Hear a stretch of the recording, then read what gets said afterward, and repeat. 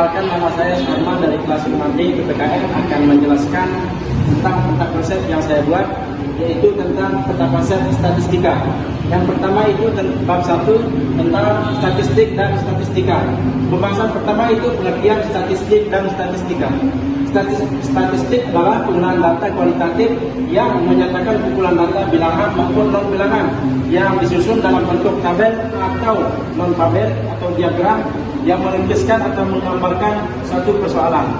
Kemudian statistika adalah pengetahuan yang berkaitan dengan metode pengumpulan data atau penyalinan, analisis, interpretasi untuk membuat kesimpulan dan keputusan berdasarkan analisis dalam satu penelitian. Kemudian pembahasan kedua adalah ruang lingkup statistika. Statistik deskriptif yang menjadi pembahasan pertama, yaitu yang berhubungan dengan peringkasan seperangkat data dan penyajian detail dalam bentuk yang dapat dipahami.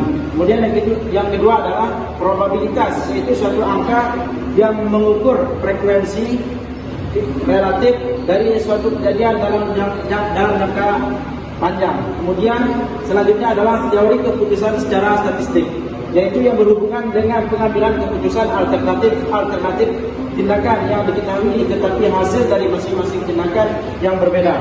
Kemudian selanjutnya adalah statistik inferensi, yaitu suatu pernyataan mengenai suatu populasi yang didasarkan pada informasi dari sampel random yang diambil dari populasi itu sendiri. Kemudian pembahasan ketiga itu adalah data. Nah, data di sini terbagi menjadi dua, yaitu data kualitatif dan data kuantitatif. Kemudian selanjutnya itu adalah pembahasan keempat, istilah-istilah dalam statistika. Yang pertama itu adalah karakteristik, kedua variabel, ketiga populasi, keempat sampel, kelima sensus, keenam sampling, ketujuh parameter, dan kedelapan adalah statistik. Kemudian pembahasan yang terakhir adalah metodologi statistika. Metodologi statistika adalah persoalan di dalam pengumpulan data yang ada, mengumpulkan data asli, klasifikasi data, penyalinan data, dan analisis data. Kemudian bab yang kedua yaitu tentang data, populasi, dan teknik sampling. Yang pertama, populasi dan teknik sampling. Populasi adalah keseluruhan totalitas objek yang diteliti, yang ciri-cirinya akan diduga atau ditaksir. Kemudian ada sampel. Sampel adalah sebagian dari jumlah dan karakteristik yang dimiliki oleh populasi. Kemudian selanjutnya adalah teknik sampling. Nah, teknik sampling adalah suatu bentuk penelitian. Kemudian yang kedua adalah teknik pengumpulan data.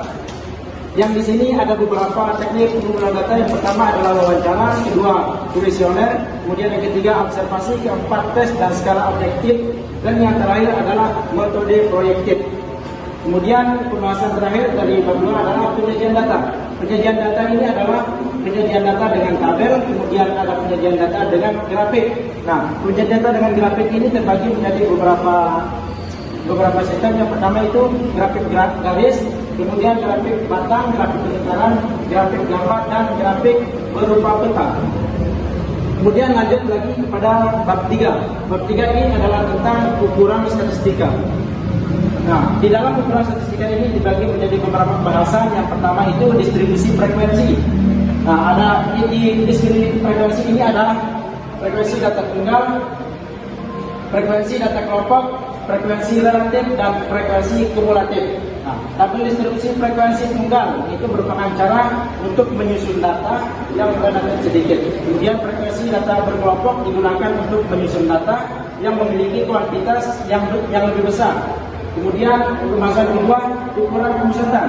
Ukuran pemusatan dibagi menjadi 3, yaitu tentang mean atau rata-rata, atau bisa disimpulkan dengan I. Kemudian yang kedua adalah median atau nilai tengah, bisa disimpulkan dengan I. Kemudian yang terakhir adalah modus. Kemudian pembahasan ketiga, ukuran letak. Ukuran letak terbagi menjadi 3, yaitu kuartil, desil, dan persentil.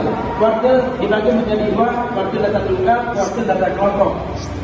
Kuartil adalah yang membagi data terurut menjadi 4 bagian yang sama. Kemudian desil adalah suatu ukuran yang membagi sekelompok data menjadi 10 bagian. Kemudian persentil adalah ukuran yang membagi sekelompok data terurut menjadi 100 bagian yang sama panjang. Kemudian ada ukuran penyebaran. Ukuran penyebaran dibagi menjadi 5, ada jangkauan, kemudian ada simpangan rata-rata, kemudian ada simpangan baku, ada nilai standar, dan yang terakhir adalah koefisien variasi. Kemudian selanjutnya adalah bab mengenai aplikasi Microsoft Excel. Fitur Microsoft Excel adalah merupakan salah satu atribut dari Microsoft Office. Versi pertama Excel dirilis untuk Macintosh pada tahun 1985 dan versi Windows-nya menyusul. Kemudian pembahasan kedua adalah statistik deskriptif. Istilah ini menggambarkan pengolahan data dari segi ukuran pemusatan. Kemudian ada pemusatan ukuran letak, ukuran penyebaran. Ada yang menentukan statistik deskriptif, menggambarkan grafik. Itu merupakan bagian dari statistik deskriptif. Kemudian yang terakhir itu adalah pengujian hipotesis. Di pengujian hipotesis ini terdiri satu bagian yaitu uji korelasi. Kemudian selanjutnya bab 5 kita membahas tentang aplikasi SPSS. Nah, aplikasi SPSS ini adalah digunakan untuk memudahkan kita di dalam proses analisis statistik dan sistem manajemen data, atau proses dalam memudahkan kita dalam satu penelitian. Kemudian pertama pembahasannya itu adalah penyajian data. Penyajian data ini dibagi menjadi 3, yaitu menggunakan diagram batang, kemudian menggunakan diagram lingkaran, kemudian menggunakan diagram histogram. Itu merupakan bagian dari penyajian data. Kemudian bisa kita lihat beberapa gambar yang ada di sini, yang merupakan simbol dari penyajian data, lingkaran, dan histogram. Kemudian selanjutnya itu adalah analisis deskriptif. Analisis deskriptif ini sama dengan kemudian seperti tadi yang pada aplikasi Microsoft Excel. Kemudian selanjutnya itu adalah analisis prasyarat. Nah, analisis prasyarat ini terbagi menjadi beberapa bagian. Yang pertama itu adalah tentang uji normalitas. Uji normalitas dilakukan untuk mengetahui apakah data yang menjadi inputan atau kedua objek penelitian terdistribusi normal atau tidak normal. Nah, ini merupakan satu uji normal atau tidak normal. Kemudian yang ketiga adalah uji homogenitas.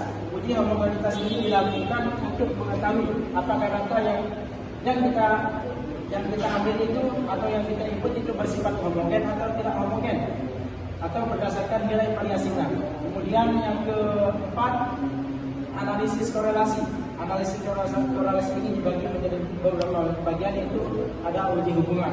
Nah, kemudian uji hubungan ini dibagi menjadi 2, ada uji korelasi atau uji R, kemudian uji regresi linear. Kemudian selanjutnya adalah analisis perbedaan. Analisis perbedaan dibagi menjadi 1, ada uji perbedaan atau bisa disimbolkan dengan uji T. Nah, di dalam uji perbedaan ini terbagi menjadi 2, yaitu uji Snowden dan uji ANOVA.